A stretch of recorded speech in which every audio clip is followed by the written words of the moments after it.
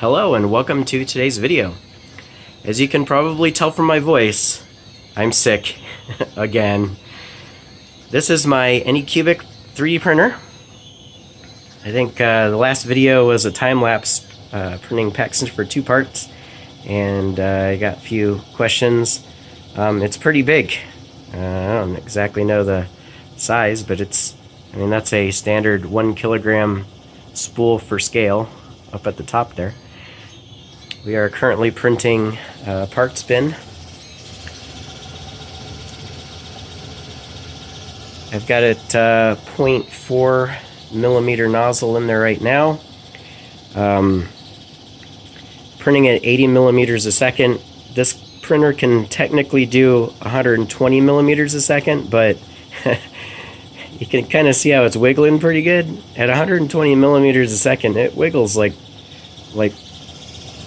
really fast. So I'm technically running it at about 2/3 max speed.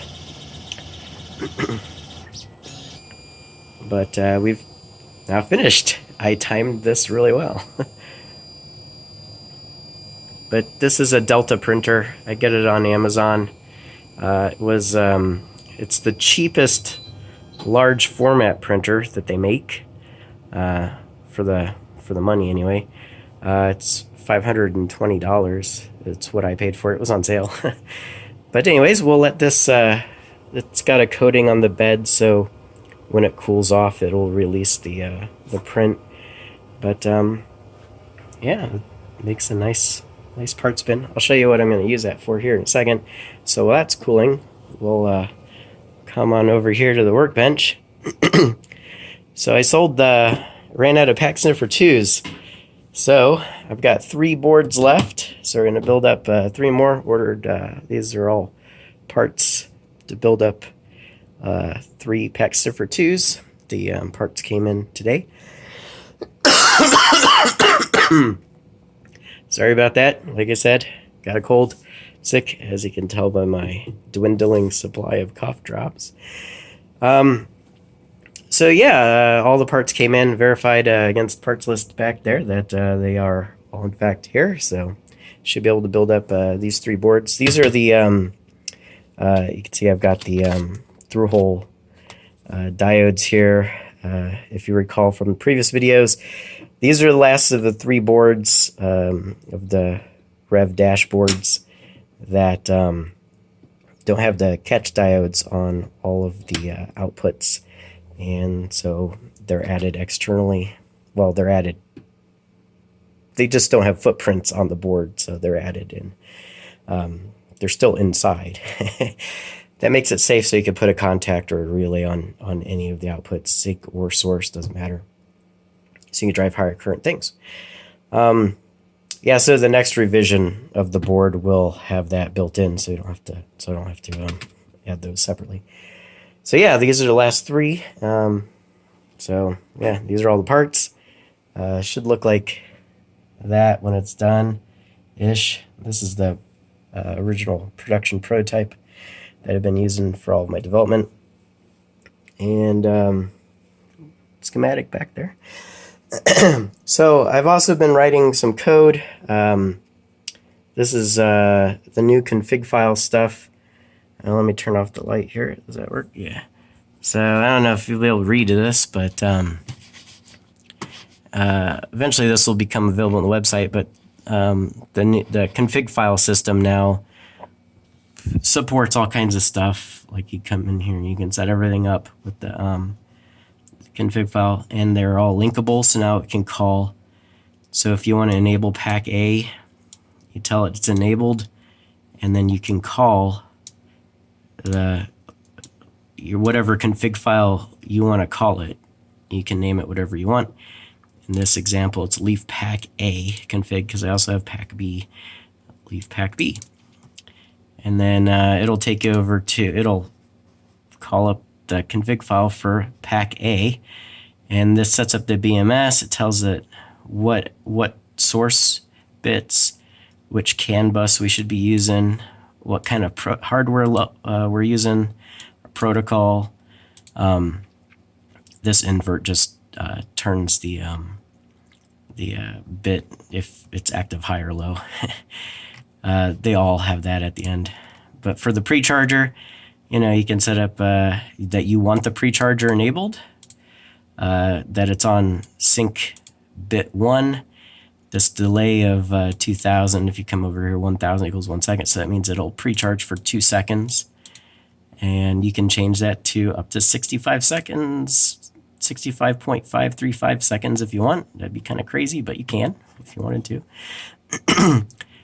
This PWM 1000, this is the economizer. For the precharger, it doesn't really matter. I mean, if you wanted to, you could set that. It makes more sense for these guys, but for the negative and positive contactors, but and then of course you can invert it if your logic is different. If you wire up the relay backwards, you can flip it the other way if you want it active high instead of active low, kind of a deal. So same thing with the contactors. Negative and the positive contactors are identical, but you can assign them to, in this example, you got attached to sync bit 2, and this one's the positive one's to sync bit 3. They're both enabled. And then your choices are you can set it to sync 1, 2, 3, 4, 5, 6, or 7. So there's description that explains all this. But then the delay here is for your delay before the economizer kicks in. So this is 200 milliseconds because 1000 equals 1 second, and then we're going to PWM at 50% because 1000 is 100%. So what that does is it puts a 50% sine wave on it. So after it kicks in with full power for 200 milliseconds, and after that it PWMs it at, sits there and PWMs it at 50% duty cycle to save power. You can set that to 1000 if you want it just to pull in hard and keep it that way all the time, or you can reduce that even more if you want. Find out where it holds in with the least amount of energy, I guess. Same with the positive contactor. I believe the Nissan Leaf pulls it in full strength for 200 milliseconds and then PWMs it at 50% duty cycle, which is what I'm doing. And then for your battery pack, the voltage monitor here, it's pretty simple here. So it's got essentially, I don't know what we call them, like flags or out bits that you can set. If the system's over voltage, you could set whatever. That's what all these other sync bits, you can set them to whatever you want. They you can, if the system's over volted, you can set that bit. If it's battery's full, if the battery is low, or if the battery is like completely undervolted and needs to shut down, that would be bad. But then you could set the voltage for the whole pack or for an individual cell. So overvolt condition is 403.2 volts, which is over here 1000 equals 100 volts. And for the cell, it's 4.2 volts because 1000 equals 1 volt. So you get more resolution that way. But same thing, you set when the battery pack is full for the low voltage, and then for your undervolt. So if you're charging and all of a sudden one cell goes really high, you can have it flip this bit sync forward to say, hey, kill power to the charger, something's gone wrong, can turn that off. That's where your invert is useful. So you would want to set this to true, right? And then set the if you want your if you're not in an overvolt condition, you will want to invert that so your relay is closed so that the battery charger has power, right? So once you overvolt, this would be an emergency situation because you'd want to hopefully have other method to also keep the BMS should be talking to the to the battery charger to prevent this from happening. But in the event that something went horribly wrong, then you could go ahead and kill power to your battery charger. I think that makes sense. Same with like if you're a motor controller, you could kill power to the motor controller if you're severe. If you're on if you're driving around and you hit the low voltage limit, you can flip this bit to tell it, hey, we're going to go into limp home mode and limit your vehicle to like 35 miles an hour so you can limp home. and not kill your battery. But then if you actually do drop down to 3.2 volts a cell, then you want to disconnect the battery pack to save, to prevent damage. So then, yeah, you're going to be dead in the water. You're going to have to get a tow truck, but you're saving the battery. So you can go in here and fiddle with those values. They're user configurable now. This is all stored. You make the changes on the SD card, but it does actually store them in user configuration in a flash block. So in the future, not quite done yet, but should be able to. I want to be able to adjust these values over USB and/or serial, like have a console that you can go in there and change them. So you don't have to have a SD card, but the SD card's useful. Like right now, you just drop all the config files on the SD card, and then you can update it, and then you can pull the SD card out, and it'll remember all of them. Like you don't need to have the SD card in there. But same thing for the current monitor. You can set how much overcurrent, undercurrent. This I've got set to 250 amps, and then minus 250 amps. So you could pull, if you pull more than 250 amps out of this battery pack, it'll shut down. If you put more than 250 amps into the battery pack, it'll shut down. Same thing for the temperatures. You have over temperature, high temperature, low temperature, under temperature. If you're high temp, you probably want to turn on your water cooling or your air cooling. Some kind of cooling system should be kicking in at this point. And if it's over temp, then yeah, you want to keep that on, but set off alarm or stop charging, or do something to lower the temperature. Under temp usually just turns off your battery charger. Like it won't let you charge if the battery is too cold. Low temp, it should have turned on your battery heaters to keep the temperature from freezing, keep the battery from freezing. And at the end here, we just have a cheat sheet of what pins are what bits, sources and sync bits and stuff, what they are on each of the connectors. So that's pretty simple, I think.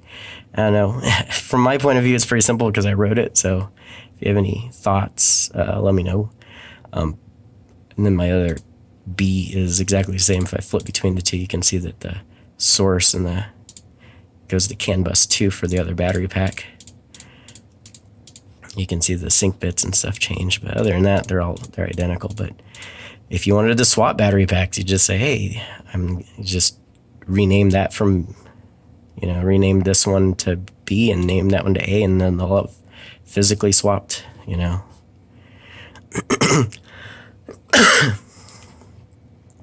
But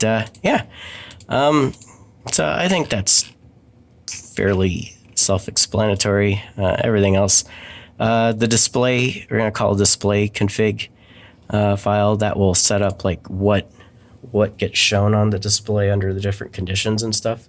So it'd be kind of cool.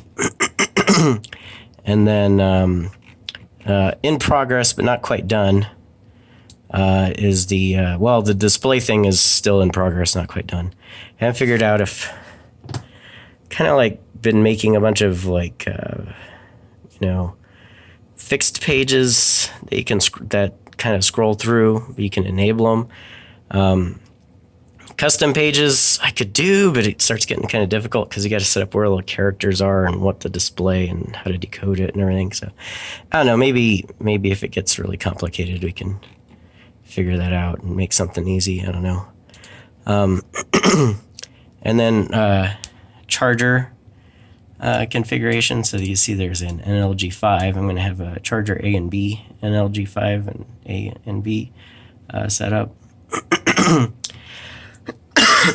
And you'll have to have, if you have two NLG5s, you'll have to have one on each CAN bus. Yeah, that'd be kind of cool. And that will set up all of the usual things like your charge limit, cutoffs, what to charge to, how much current to draw from the wall, under 120 volt situation, 240 volt AC situation, temperature thing, all kinds of cool stuff. So all the NLG5 stuff. I have code working. I think there's a video a while back of me charging the battery with an NLG5, at least talking to it and making it do stuff over CAN bus. So that code's written, it's done. It just has to get massaged into accepting the config file instead of being hard-coded. But yeah, progress is being made. So I'm going to build these up and get them shipped out for the ones that are already sold. We flip back over here. This should be cooled off by now. Should be able to pop this off. I'll turn the light back on. Yep.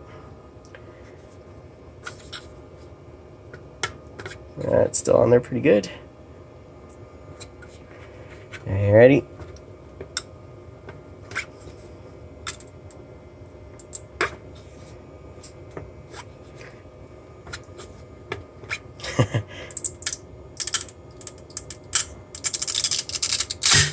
There we go. Oh, it looks like I still had some, I had black filament in it before, and it looked like it did one stripe of a little bit of black, but doesn't matter, it's a parts bin. And then it's got the little, where it did the perimeter.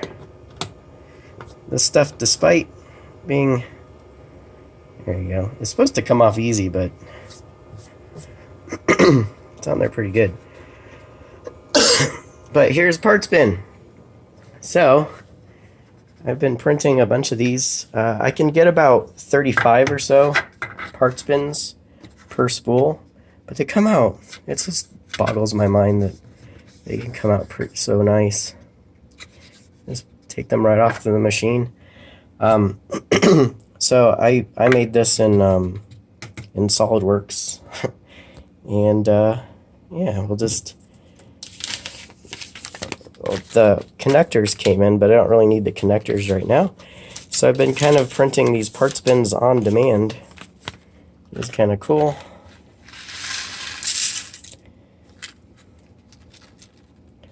Supposedly there's 250 pins in there. And then we'll just put the connectors. It's really hard to do.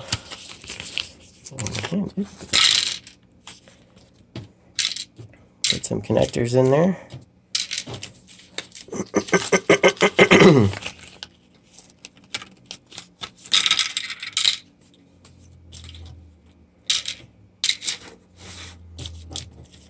And then this will be the parts bin for Pack Sniffer 2 connectors. There you go. Neat, huh? And then it lives over here. Well, it's gonna live here.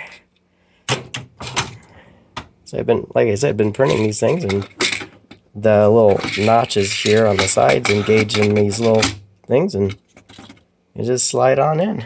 Isn't that cool? And they keep them from rolling around. So I got all my KK connectors and pins for those too. So as parts come in, and just make parts bins for them, and yeah, it just 3D printers are so neat. But yeah, I've been slowly building these out. I've made a bunch of random things. This drawer says transistors, but these are Radio Shack parts bins that I bought when they went out of business, and yeah, so I just kind of been throwing things in, you know, random. I do want to print like new. These are actually vinyl. It'd be kind of neat to print new ones, but been just kind of using them for parts. Different color ones. They don't actually mean anything, but yeah, they're so nice. I experimented with some full height ones. These are actually all stackable, so you can actually slide them on top of each other, and they still lock in. So, and then they'll still close, so they stay flush with the with this ledge here. I don't know if you can see that. See, flush. So, yeah, The full height ones are kind of more useless. I don't just waste plastic. I think the shorter ones are easier. They're more useful because you can take them out and get at the parts that you need and stuff. But anyways, I remember, do I have any up in here? Oh, this is all my, kind of like the 3D printer drawer. So I got all the different nozzles. I've got 0.1 all the way to 1, I think. Yeah. There might be, so yeah, 0.1 millimeter. So these should be 0.1 millimeter. I don't know if it'll focus on that. Maybe not. 0.1 millimeter nozzle all the way to, this should be like a 1 millimeter nozzle, I think. Oh, that's actually, it says 0.8. I think I have 0.8s and 1s in the same one here. Yeah, there's, that one says 1.0. So that one should be a 1 millimeter. But yeah, I was running the, I did some of these bins with the 0.8 because it can do the edges in like 2 passes, but it ends up using a lot of plastic. So it's actually better to do the 0.4 millimeter and then have it do 25% infill, so that the walls are actually got like a crisscross pattern in them, so they're not solid. Makes the bin lighter, and I can get a bunch more of them out of a spool. I think I said I get about 35, depending on how many dividers there are. But anyways, yeah, long video. Sorry I haven't made any videos recently. I've just been busy. Now that the weather's starting to turn cold,